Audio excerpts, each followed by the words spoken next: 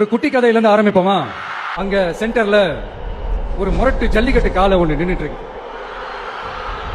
கால்ல மண்ணை வீசிக்கிட்டு சீறிக்கிட்டு அப்படியே நின்றுட்டு இருக்குது. நாங்க பார்க்காத காளையா, நாங்க பார்க்காத மாடா, நாங்க போய் அடக்குறோம்னு சொல்லிட்டு உள்ள போறாங்க. ஒருத்தராலையும் அந்த காளையை தொடக்கூட முடியல. எல்லாரையும் அடிச்சு வீசி தூக்கி போட்டுருச்சு. இப்ப என்னடா பண்றது அப்படின்னு பார்க்கும்போது அந்த கூட்டத்தை விலக்கிட்டு ஒரு சின்ன பையன்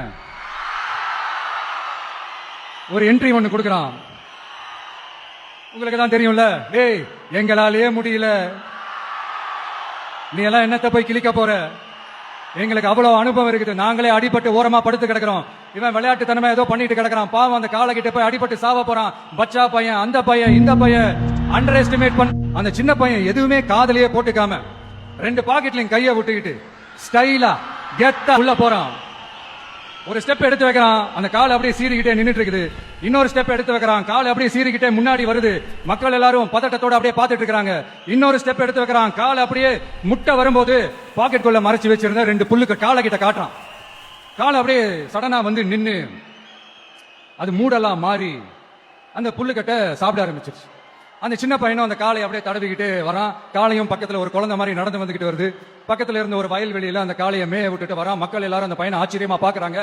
அந்த அடிபட்டு கிடந்த அந்த அனுபவசாலிங்க அங்க ஒரு பெரியவர் வரார். வந்து அந்த பையன் கிட்ட கேட்கிறாரு, எப்படிப்பா இப்படி ஒரு முரட்டு காலை சீறிட்டு நின்றுட்டு இருந்தது, எப்படி அந்த காளையை அடக்கணும் அப்படின்னு கேட்டதுக்கு அந்த பையன் சொல்றான், ஐயா எனக்கு அந்த காளையை பார்த்தா கோவமா இருந்த மாதிரி எல்லாம் எனக்கு தெரியல, அந்த காலை பசியோட இருந்த மாதிரி இருந்தது, அதனாலதான் அந்த புல்லுக்கட்டை காமிச்சவன ஓகே நமக்கு தேவையானது கிடைச்சிருச்சு அப்படின்ன அந்த புல்லுக்கட்டை சாப்பிட்டுட்டு நம்மளோட அப்படியே ஜாலியா வாக்கிங் வந்துருச்சு அப்படின்னு சொன்னான்.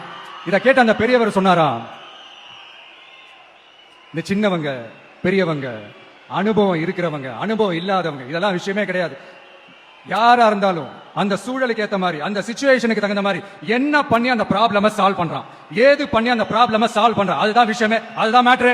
சோ நீ சூப்பர்ப்பா, என்ன ப்ராப்ளம் வந்தாலும் நீ சால்வ் பண்ணிடுவ அப்படின்னு முதுகுல தட்டி கொடுத்துட்டு அந்த பெரியவர் போறார். இப்போ அந்த கதையில அந்த முரட்டு ஜல்லிக்கட்டு காலை தான் நம்ம தமிழ்நாட்டு அரசியல் களம், அந்த பெரியவர் தான் நம்ம தமிழக மக்கள்.